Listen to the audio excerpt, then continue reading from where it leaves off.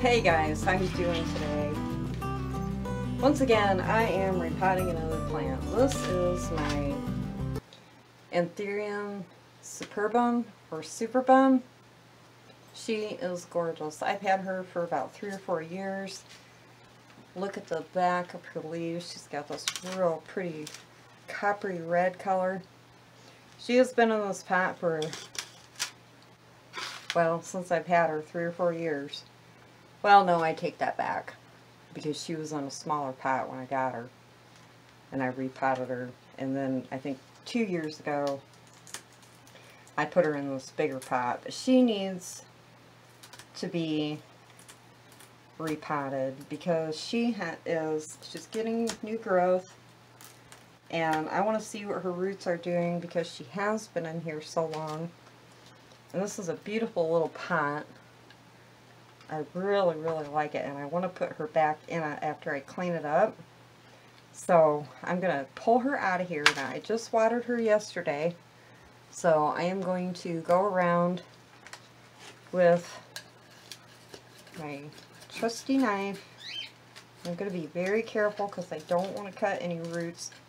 She's been in here for so long. I may have to put her in a bigger pot, but I'm really hoping I don't have to.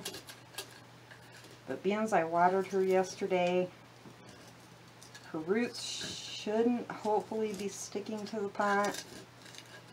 And hopefully oh boy, yeah, I see tons and tons of roots.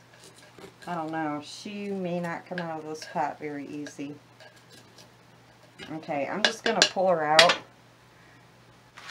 because I don't want to cut any roots.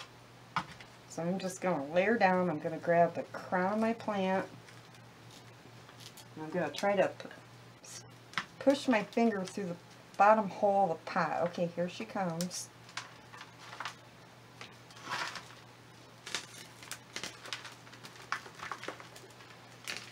Oh boy. Yeah, I don't know if she's going to go back in this pot or not. Ugh, she should. I'll tell you, anthuriums have the craziest big, thick roots. I'm just going to try to... All of them look really healthy. I don't feel or see any squishy ones. Now, I keep her in a west window, or she goes out on my front porch in the summer. And she absolutely loves it. She grows really nicely. And I'm just pulling off some of the dead sheathing and stuff around her. I'm being careful. She's got a new growth coming up right there. See it? So I'm just going to shake off as much as I can. Get her in some new fresh soil that I know she's going to love. And I think she should go back into this pot nicely. So I will just take the soil out and dump it. And I wish it was warm enough so I could take her out and rinse off there. I just broke a root. Looks like I broke a couple. But anthuriums are tough. And they like to stay on the moist side. If you have them in really high light, where they're really using up their energy and getting a lot of sun, they're going to drink that water and the leaves are going to turn this beautiful rusty red color. But I'm not going to rinse her off in the house because I don't rinse soil down my sink. Not on purpose anyhow. I've done it on accident, and so far I've been lucky. But there's nothing wrong with her. She's not sick. She's not, you know, got any fungal or bug issues. So I'm not too worried about not rinsing her roots off. I'll just go with the flow, get off what I can. And she looks good. And I think she should do okay back in that back in that pot, I'll just put her up a little higher. So I am going to try to scrape all this back in the pot, run this outside, and dump my soil where I dump it. And I'll get the pot cleaned up.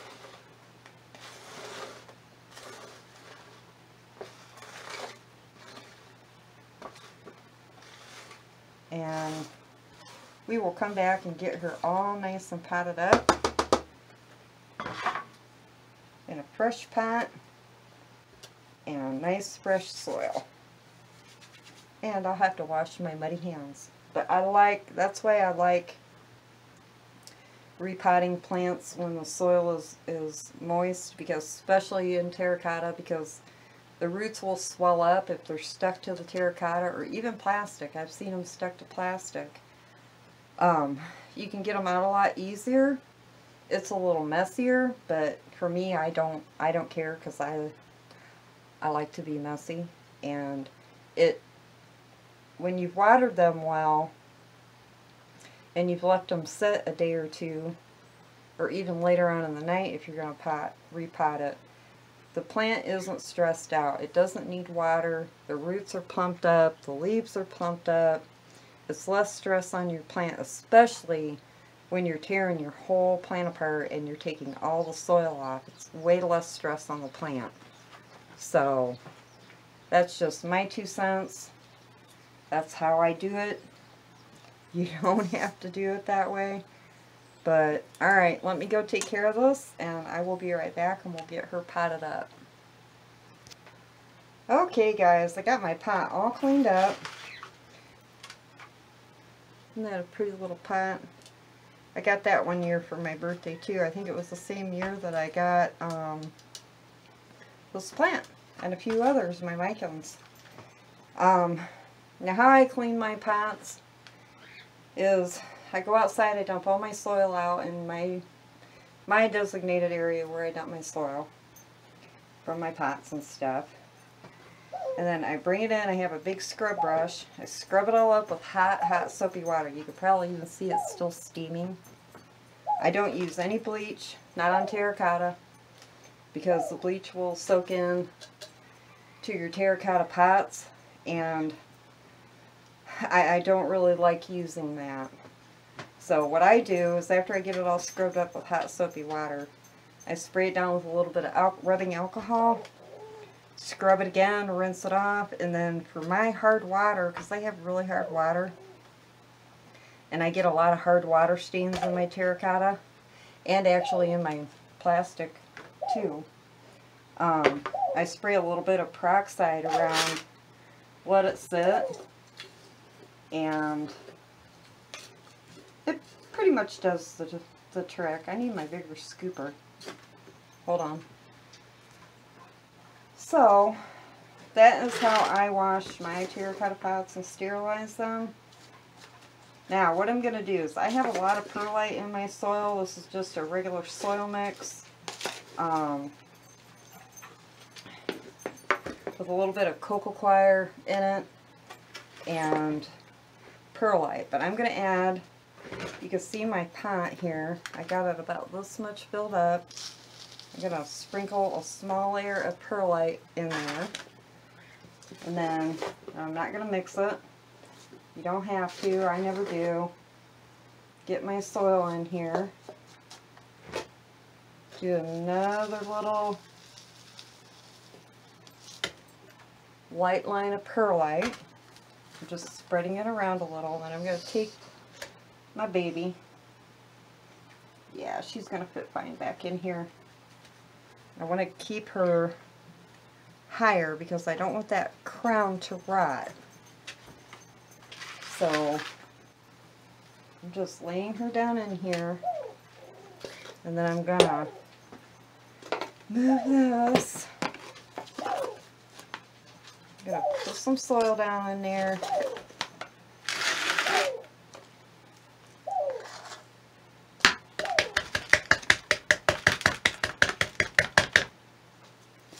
Gosh, am I going to have to make up more soil again?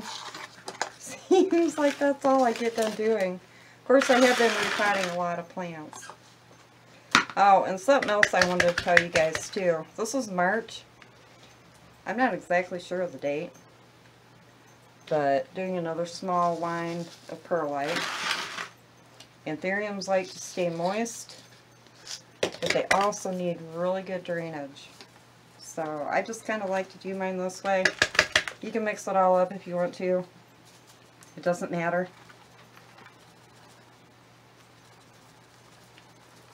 This is just how I prefer to do it.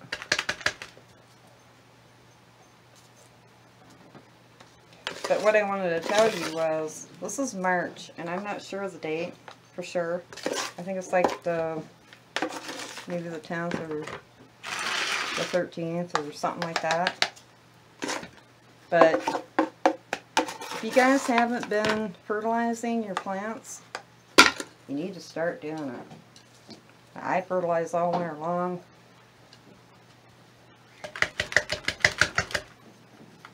Because despite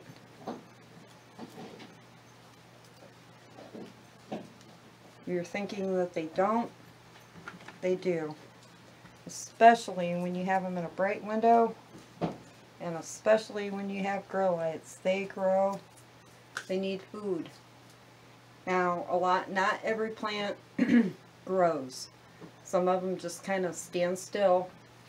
They don't do a whole lot of growing, and that's fine. You don't have to fertilize them if they're not growing.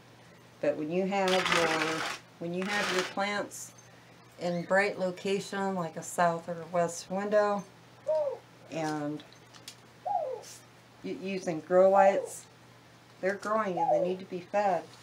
But if you haven't been fertilizing, you need to start fertilizing now, because everything is taken off right now. It's March, the day's getting longer, the sun's coming out more than it did in the winter, at least here in Ohio, and they want food. So it's important to start in feeding your babies. Because if you don't, and they're growing, you might end up with small leaves. You might end up with weak stems. There, you see how I planted her really high off the crown. And I use a lot of perlite in with her, because she is an Anthurium and she likes to stay moist, but she also needs a lot of air around her roots so she doesn't smother and rot. So now I am just going to give her a little bit of water. I'm not going to over water her, because I did just water her 2 days ago. But I want to give her a little bit of water, get her settled. I'm not going to soak it today. I'm going to get her tray onto her before she starts piddling. But this is a beautiful plant. I love the texture of the leaves. It's like a leathery feel. It's super thick, and I love how her leaves are coppery on the back. You can tell which way she's been growing. She's reaching out this way. I had her under a grow light all winter, and I moved her, or was rotating her, but she just is kind of growing this way. But now I'm going to be keeping her in here in this room so she can get more light. And I'm going to be putting another plant in her space, so that pot still feels just a little on the light side. So I'm going to give her another good watering. There, that should be good enough. And then in a few days I just check my plants by lifting my pots up. I know what my pots feel like when they're dry. But the beautiful Anthurium Superbum. She was under a grow light, and she is grown in a west window. So she really likes it. She's grown quite a bit for me. When I got her a couple years ago, she was really small. So you can see when she was outside, she had something nibbling on her. That's it, guys, the beautiful Anthurium Superbum. And I am going to let you go, and I'll talk to you later. You guys have a great day. Bye. Peace.